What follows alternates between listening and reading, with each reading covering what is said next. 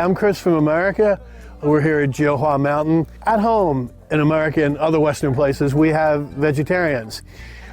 These true Buddhists are also vegetarians, and they're going to show me how to cook and prepare vegetarian food. Let's go on in and look. In here?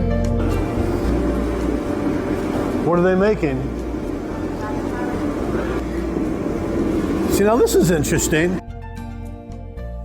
Peppers, green peppers, I guess. I've heard from the cook that they will prepare 3 meals each day for over 100 students and teachers and some tourists. All the food here is made from vegetables, soybean, or peanut oil.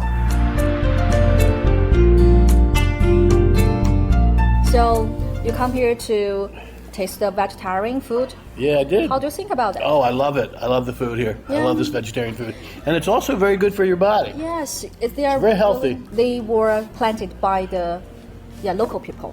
Oh, that's interesting. Yeah. So will you invite your friends to visit Jieohua Mountain? Of course I will. So, next time come with me to visit Jieohua Mountain. Bye.